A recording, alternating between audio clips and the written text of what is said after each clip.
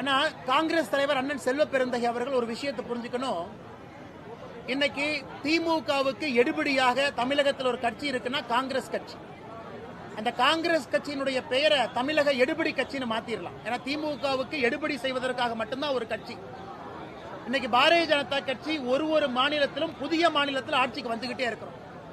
வடகிழக்குல எல்லா மாநிலத்திலும் ஆட்சியில் இருக்கிற ஒரு மாநிலத்தை தவிர புதிதாக ஒரிசா மாநிலத்துக்கு ஆட்சியில் இருக்கும். தொடர்ந்து ஒரு முறை அல்ல, 2 முறை அல்ல, பல முறை குஜராத்தில், மத்திய பிரதேசத்தில், ராஜஸ்தான்ல ஆட்சியில் இருக்கும். ஜம்மு அண்ட் காஷ்மீர் இதற்கு முன்பு ஆட்சியில் இருந்திருக்கின்றோம். கர்நாடகாவில் ஆட்சியில் இருந்திருக்கிறோம். புதுச்சேரியில் கூட்டணி ஆட்சியில் இருக்கிறோம். ஆனால் இன்னைக்கு செல்வ பெருந்தகை அவர்கள் காங்கிரஸ் கட்சி எத்தனை இடத்துல ஆட்சியில் இருக்குன்னு கேட்கணும். அடுத்து வரக்கூடிய பீகார் தேர்தலிலும் நம்ம கூட்டணி தான் ஆட்சிக்கு வரப்போகுது. ஆனால் திமுகவுக்கு எடுபடியாக ஒரு கட்சி தமிழ்நாட்டில் காங்கிரஸ் இருக்கு. இன்னைக்கு காங்கிரஸ் கட்சி வைத்தறிச்சல்ல பாரதிய ஜனதா கட்சியை பார்த்து அப்படி இப்படிங்கிறாங்க.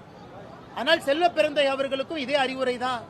ஐயா ஸ்டாலின் அவர்கள் கண்ணாடி பார்க்கும்போது நீங்களும் பக்கத்துல இருந்து எட்டி பாருங்க, அதுல உங்க முகம் தெரியும். உங்க கட்சி இன்னைக்கு அதல பாதாளத்துல தமிழ்நாட்டில் எங்க இருக்குன்னு உங்களுக்கே தெரியும்.